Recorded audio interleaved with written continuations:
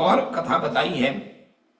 सुद्युम्न की कथा कहा गया है कि विवस्वान मनु के पुत्र थे श्राद्धदेव और श्रद्धा। ध्यान दीजिएगा, विवस्वान मनु के पुत्र श्राद्धदेव, उनकी पत्नी श्रद्धा, और उन दोनों ने संतान प्राप्ति के लिए एक पुत्रेष्ट यज्ञ का आयोजन किया। बहुत सुंदर यज्ञ किया और वशिष्ठ महामुनि को बुलाया यज्ञ करने के लिए। और श्राद्धदेव ने वशिष्ठ महामुनि को कहा कि महाराज जी ऐसा यज्ञ कराइए जिससे मेरे घर पुत्र की प्राप्ति हो, हमें तो लड़का ही चाहिए।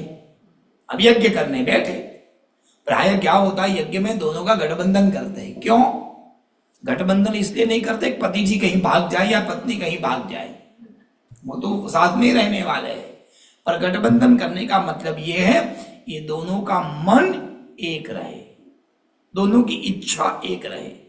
एक मांगे कुछ और दूसरे मांगे कुछ, भगवान भी कंफ्यूज। बोलो जय श्री कृष्ण। अब यहां ऐसा ही हुआ, दोनों को यज्ञ करने बिठाया, श्राद्ध देव को और श्रद्धा रानी को।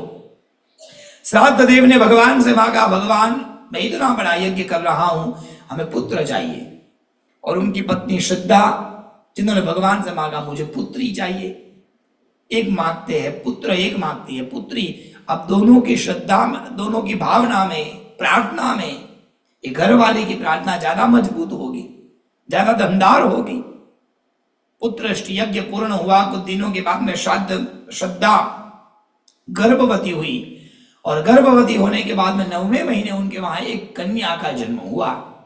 और कन्या का जन्म होने के बाद तुरंत टर्म्स एंड कंडीशंस का जो अग्रीमेंट लेटर था वो लेकर पहुंच गए श्राद्धदेव महाराज जी के पास। वशिष्ठ जी, आपने तो पुत्र प्राप्ति के लिए यज्ञ किया था, ये लड़की हुई कैसे? बोलो जय श्री कृष्ण।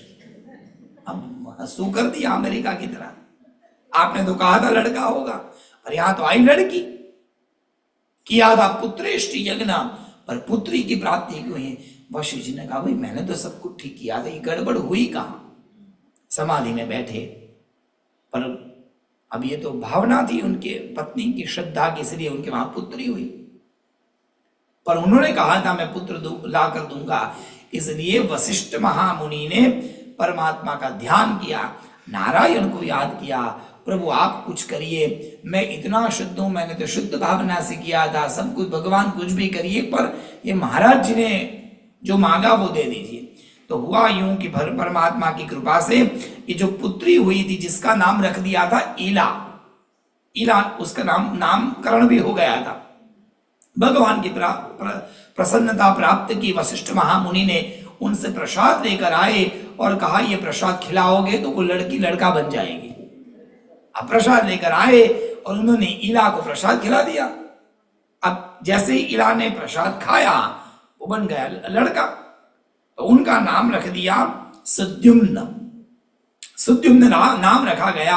पर भगवान ने कहा था कि आप एक ध्यान रखना, ये पुत्र तो बन जाएगा पर समय आने पर ये फिर से कन्या भी बनेगी। प्रसाद तो खाया, प्रसाद खाकर वो जा रहे थे एक जगह से, भगवान शिव का एक क्षेत्र था और वहां ये नियम था वहां कन्या जाएगा, कोई भी व्यक्ति वहां जाएगा तो वापस वो कन्या बन जाएगा। अब देखो क्या भाग्य, क्या माया। सुद्युम्न तो बन तो गया, पर सुद्युम्न वहां से जाते जाते जो भगवान शिव की जगह थी उस जंगल से गए और जंगल से जैसे ही निकले वहां जाकर वो वापस स्त्री बन गए। पहले ईला थी, फिर वो सुद्युम्न बन गए और वापस वो स्त्री बन गई। और स्त्री बनकर अब अपने आप को भूल गई कि वो सही में है क्या, पुरुष है या स्त्री है। कालांतर में एक मुनि के साथ कहा जाता है पुरुरवा वहां स्त्री बन गई और स्त्री बनकर एक आश्रम में जाकर रहने लगे। बृहस्पति के पुत्र बुध के साथ में उनका विवाह हुआ।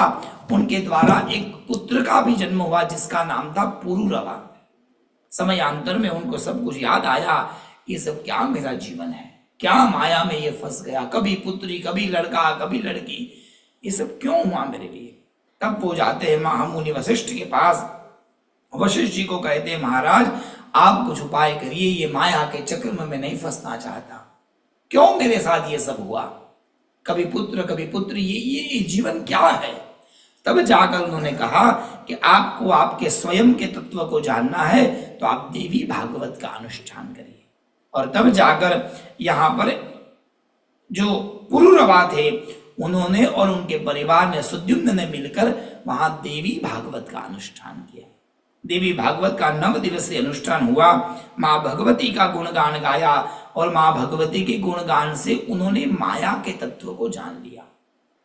शास्त्र कहता है जो व्यक्ति माया को जान लेता है वो सर्वस्व पा लेता है। अब एक सज्जनों ध्यान दीजिए, ये कैसे संभव है? यदि माया को आपने समझ लिया, माया को आपने पा लिया, तो आप जो चाहे वो मिल जाएगा। पंडित जी आप तो अलग अलग कथा करते हो, बोलो प्रेम से जय श्री कृष्ण। अभी 5 मिनट पहले पंडित जी आपने कथा सुनाई वो जन्मेजय वाली, कि जो होगा वो ही मिलेगा। कथा का सार तो वही था, जो लिखा है वो ही होगा। पर अब एक फिर और कथा आई, यदि आपने माया को जान लिया आप जो चाहे वो कर सकते हैं। आप आपके भाग्य को, आप आपके नियति को भी बदल सकते हैं। दोनों कथा अलग अलग है। बोलो प्रेम से जय श्री कृष्ण। क्या संभव है? अब कौन सी कथा को हम माने? माया को जानकर व्यक्ति असंभव को संभव करे, एक या तो दूसरा जिसमें सब कुछ नियत है, लिखा हुआ है, वो ही होगा। इस दोनों कथा में से कौन सी सही और कौन सी गलत, आप कृपा करके हमें बताइए। ऐसा प्रश्न यहां पर भी आया, सही क्या है और गलत क्या है? नियति सत्य है या तो माया को जानकर कर्म करना सत्य है? सज्जनों ध्यान दीजिए, देवी भागवत में कर्म और भाग्य को समुच्चय रूप में दिखाया गया है। दोनों का मिलीनीकरण है।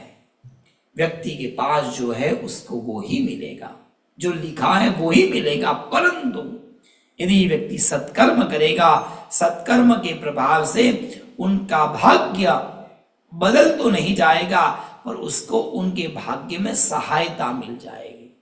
यदि मैंने और आपके भाग्य में लिखा है ये रोग होना, चाहे कुछ भी करिए साहब, वो रोग होकर रहेगा, पर आपके पास कर्म और सत्कर्म है तो वो रोग में आपको समय पर अच्छे डॉक्टर मिल जाएंगे, अच्छी दवाई मिल जाएगी, कोई सेवा करने वाला मिल जाएगा। वो रोग कब आएगा कब जाएगा आपको पता भी नहीं चलेगा। रोग तो आएगा पर आपको उस रोग का अनुभव नहीं होगा। यह है कर्म का सिद्धांत।